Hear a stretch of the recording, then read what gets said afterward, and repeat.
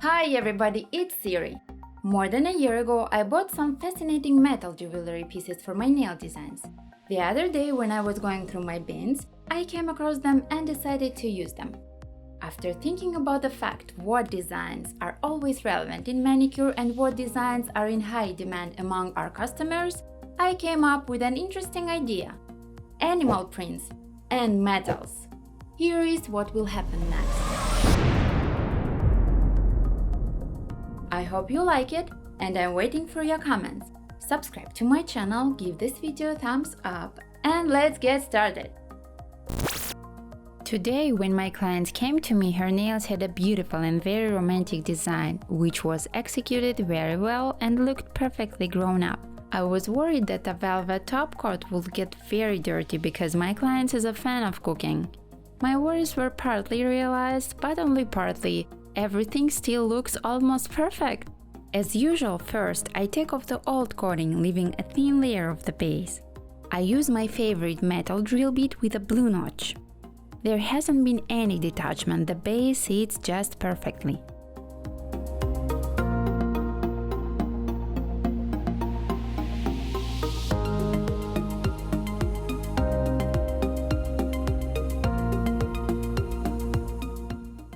My client loves experimentation, so this time we changed the nails to a ballerina shape.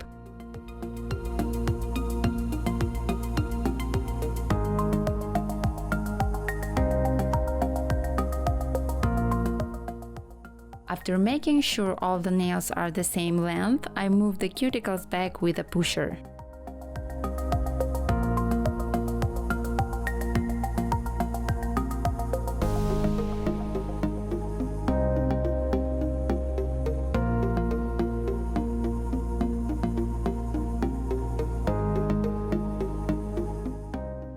My favorite flame cutter bit is the one with the blunt tip.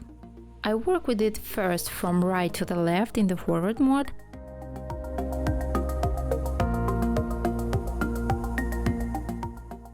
and then I change the direction of the cutter and clean the right side in the reverse mode. In other words, I work with the cutter in a left to the right direction.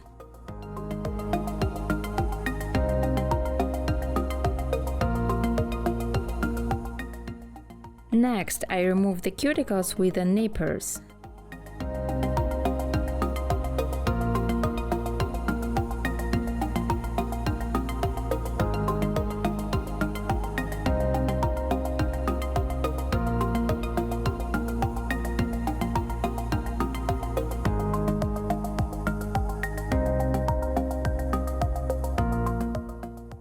After that, I grind the cuticle area with a milling cutter bit, which is commonly referred to as a cylinder.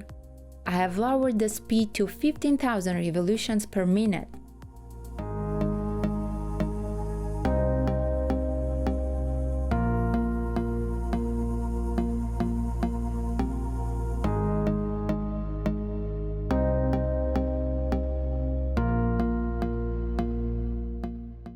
Next, I apply an acid-free primer to dust-free nails. Let me finally show you the jewelry pieces I was talking about earlier. These are gold and silver-colored metal items. I like them so much that when I look at them, I want to put them all over myself, and I have no idea what then, but the desire is definitely there. The shades of gel polishes I use will be in the description.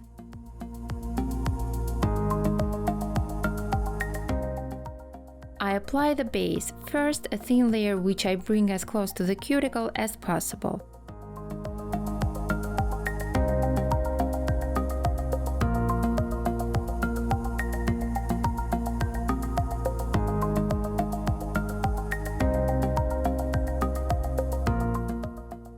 Then I put an extra drop on the unhardened base and smoothly distribute it over the surface of the nail.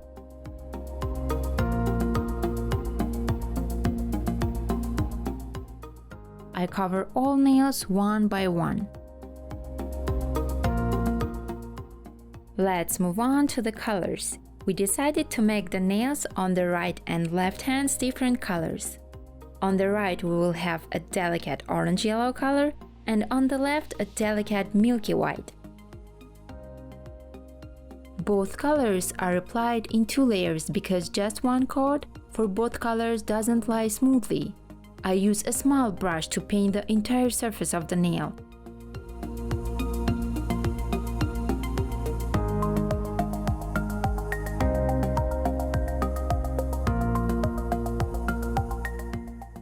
These are the results after applying the colors.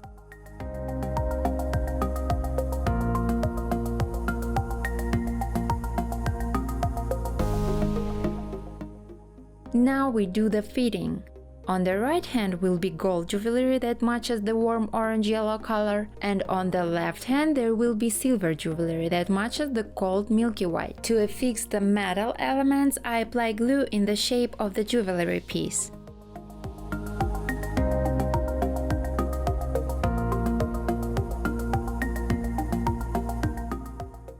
Then I take the jewelry piece itself and apply glue on the back side. Even though I have already bent the jewelry piece under the apex of the nail, this layer of glue will ensure a good bond between the jewelry and the surface of the nail and eliminate air gaps. I align the metal element and dry it in the lamp. I affix the other metal shapes in the same way.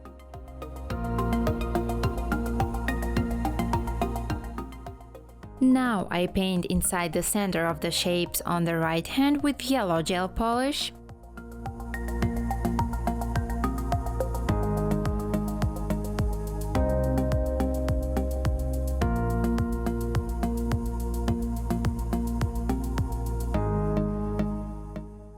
And I paint inside the center of the shapes on the left hand with white. Here we remember why it was important to leave space between the metal elements and the surface of the nails. It's because the gel would flow into that space as we feel in the center of the shape. It's better to avoid this, or we'd have to do some work to get rid of it. Each finger is dried separately.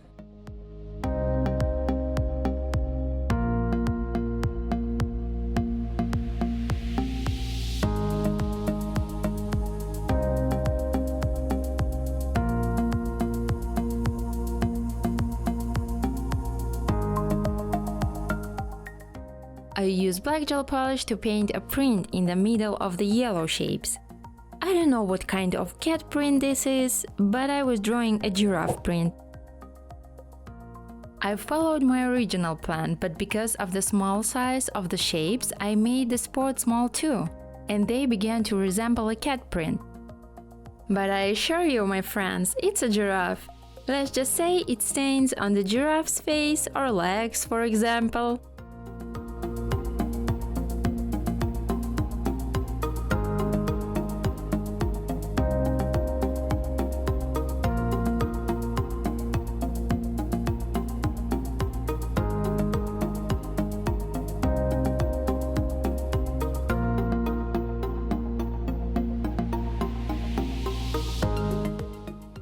On the white background, I paint a zebra print. This black and white stripe design is easier and it definitely looks like a zebra.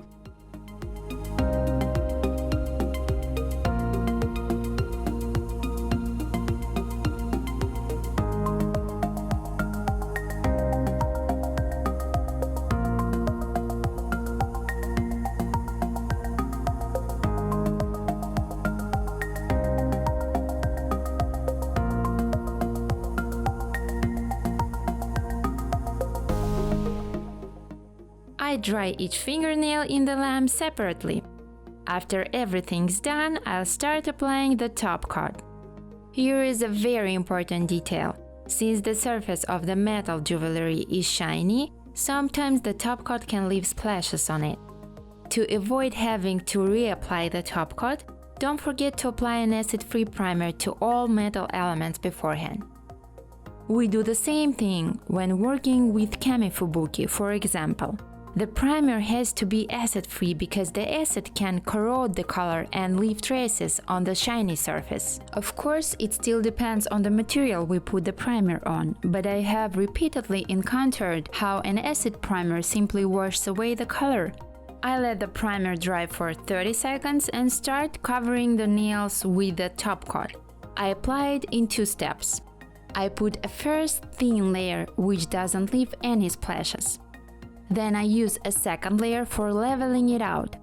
I apply it on top of the first layer without drying. Then I use a small brush to bring the top coat as close to the cuticle as possible. After drying in the lamp, it's ready!